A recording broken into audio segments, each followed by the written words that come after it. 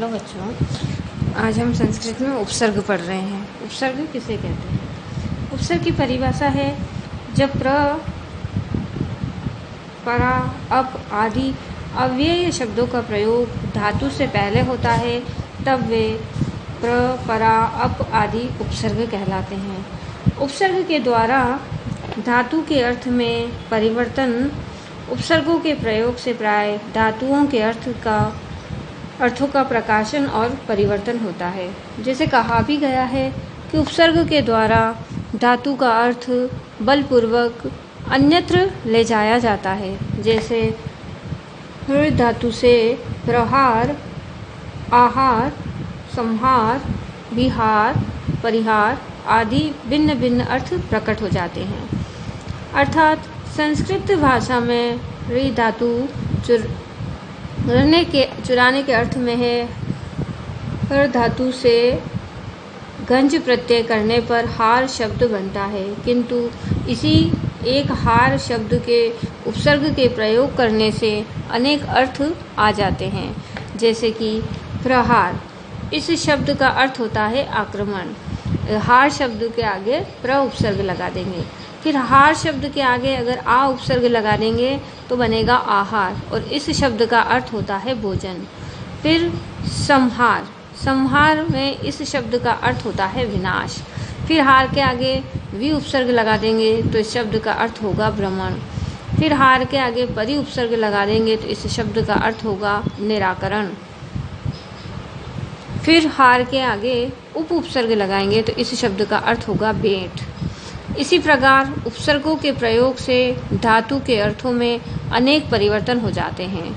उपसर्गों की संख्या संस्कृत भाषा में द्वाविंशति अर्थात 22 उपसर्ग होते हैं। द्वाविंशति उपसर्गा सन्ति, संस्कृत भाषा में 22 उपसर्ग होते हैं। प्र उपसर्ग का अर्थ होता है अधिक और परा उपसर्ग का अर्थ होता है उल्टा या पीछे। अप उपसर्ग का अर्थ होता है दूर और सम उपसर्ग का अर्थ होता है अच्छी तरह। अनु उपसर्ग का अर्थ होता है पीछे और अव उपसर्ग का अर्थ होता है नीचे या दूर।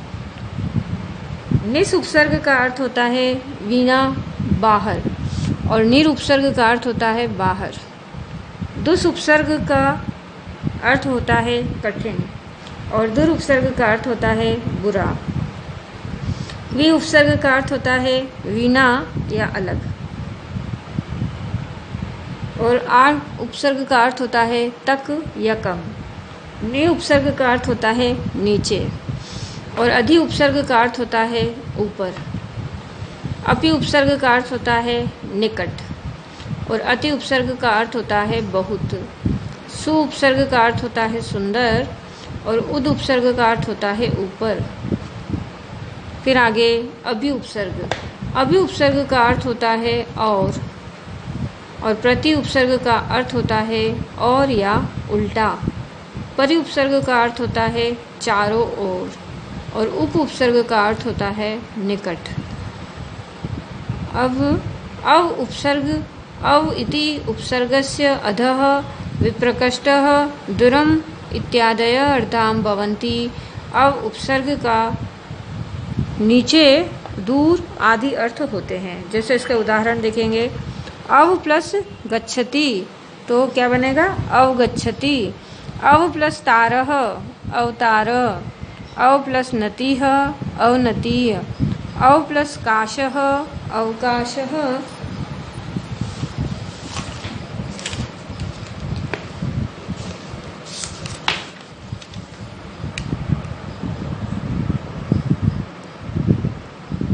फिर इसके आगे हैं अव प्लस सरः अवसरः। अव प्लस रोधः अवरोधः। अव प्लस क्षेपणम् अवक्षेपणम्। अव प्लस रोह अवरोह। अव प्लस मानना अवमानना। अव प्लस शेषः अवशेषः। अव प्लस ग्रह अवग्रह और अव प्लस गुण अवगुण। अव प्लस सिद्धति अवसिद्धति। अव प्लस तिष्ठति अवतिष्ठति। अव प्लस धारणा अवधारणा है। अव प्लस दानम अवदानम, अव प्लस साधः अवसादः, अव प्लस स्था अवस्था, अव प्लस ज्ञा अवज्ञा, अव उपसर्ग प्लस गणना अवगणना, अव प्लस गतम गमनम अवगमनम, अव प्लस लेह अवलेह। फिर है अप उपसर्ग। अप उपसर्ग अर्थात अप इति उपसर्गस्य विप्रकष्टः दूरम इत्यर्थः भवति। अप उपसर्ग का प्रयोग दूर या विपरीत अर्थ के रूप में किया जाता है। उदाहरण देखेंगे। अप प्लस वादः अपवादः, अप प्लस व्यय अपव्यय, अप प्लस हरति अपहरति, अप प्लस कारः अपकारः, अप प्लस कर्षः अपकर्षः, अप प्लस मानम अपमानम, अप प्लस राधः अपराधः, अप प्लस इच्छा अपेक्षाः, अप प्लस हरणम अपहरणम, अप प्लस यशः अपयशः, अप प्लस चारी अपचारी, अप प्लस ज्ञानम अपज्ञानम, अप प्लस कर्ता अपकर्ताः, अप प्लस भ्रंशः अपभ्रंश, अप प्लस आदानम अपादानम, अप प्लस व्यय अपव्यय, अप प्लस शब्द अपशब्दः, अप प्लस स्मारः अपस्मारः, अप प्लस रे अपहरन्ति।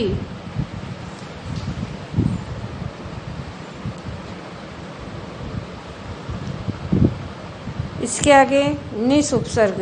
निस इति उपसर्गस्य विना वही इत्यर्थम भवति। निस उपसर्ग का अर्थ होता है विना या बाहर।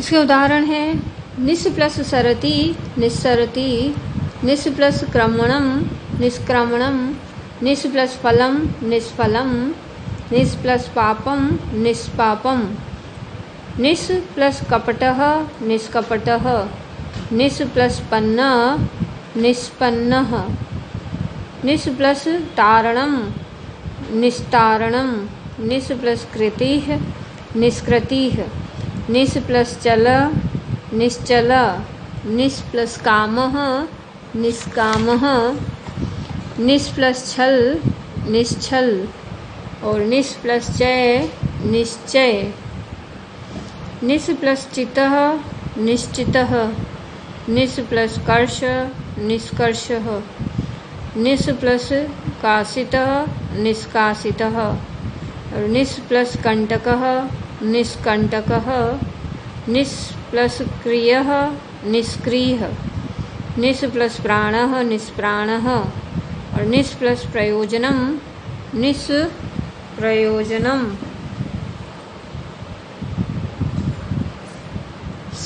फिर है निरुपसर्ग। निरुपसर्ग यानी निर इति उपसर्गस्य वही इत्यर्थ भवति। निरुपसर्ग का अर्थ बाहर होता है। उसके उदाहरण है निर प्लस गमनम निर्गमनम, निर प्लस आदरः निरादरः, निर प्लस वाह निर्वाह, निर प्लस आकरणम निराकरणम, निर प्लस यातः निर्यातः, निर प्लस धनः निर्धनः, निर प्लस वाणः निर्वाणः, निर प्लस जनम निर्जनम, निर प्लस धारणम निर्धारणम, निर प्लस अस्तम निरस्तम, निर प्लस उक्तम निरुक्तम और निर प्लस नायकः निर्नायकः, निर प्लस माणम निर्माणम, निर प्लस देशः निर्देशः, निर प्लस वचनम निर्वचनम, निर प्लस मूलम निर्मूलम, निर प्लस वेदः निर्वेदः, निर प्लस व्रति निर्वृति, निर प्लस नयः निर्णयः। तो ये सारे उपसर्ग आप अपनी कॉपी में उतार लें, बाकी के कल करेंगे।